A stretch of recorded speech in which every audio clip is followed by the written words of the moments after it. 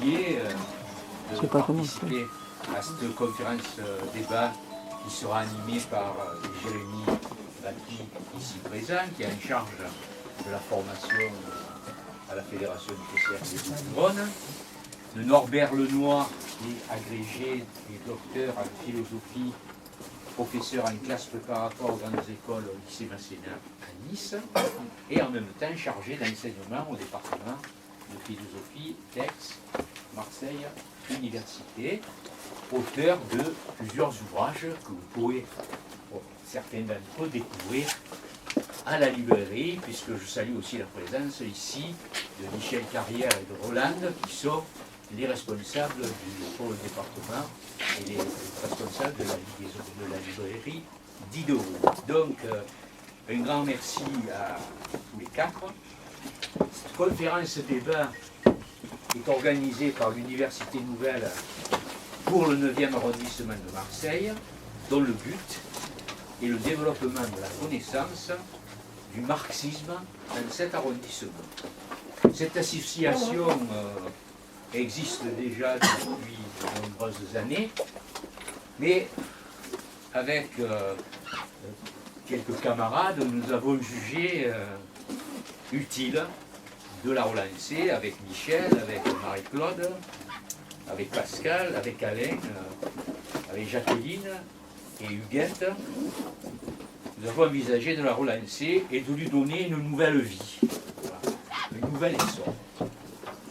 C'est pourquoi cette conférence débat s'inscrit dans un cycle d'études ayant comme fil conducteur de penser avec Marx aujourd'hui. Celle-ci a comme thème penser le dépassement du capitalisme à partir de Marx, à partir de 3 entrées.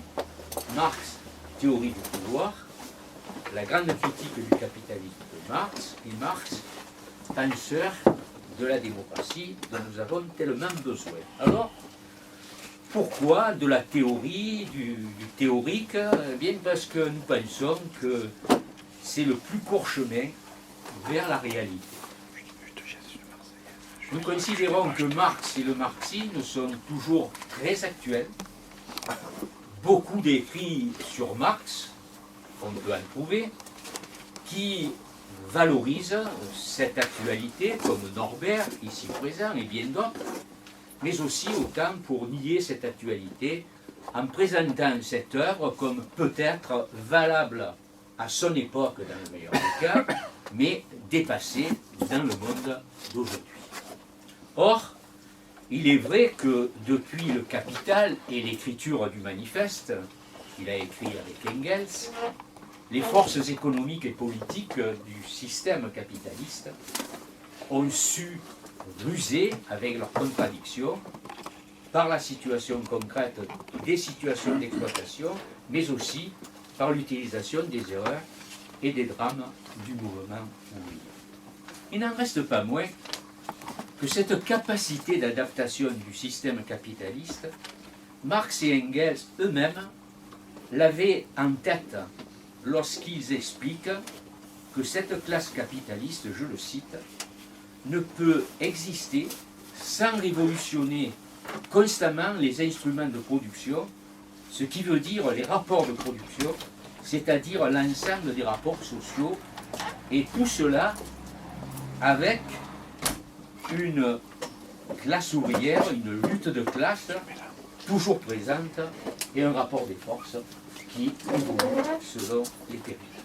Au fond, à bien y réfléchir, la conséquence finale de ce bouleversement des rapports sociaux, c'est-à-dire de faire de chacune et de chacun, en tant qu'être humain, une actrice, un acteur conscient, déterminé, c'est ainsi d'en faire d'un processus de transformation progressive d'une société et d'un monde post-capitaliste.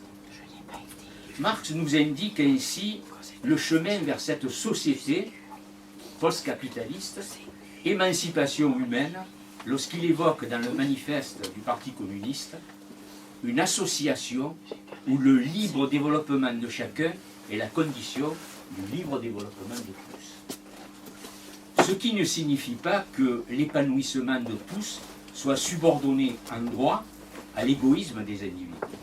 Bien au contraire, cela veut dire que toute négociation d'un être humain, par quelque oppression que ce soit, est aussi indissociablement, immédiatement, une négation de sa propre personne, de son humanité et de celle de toutes les femmes et les hommes.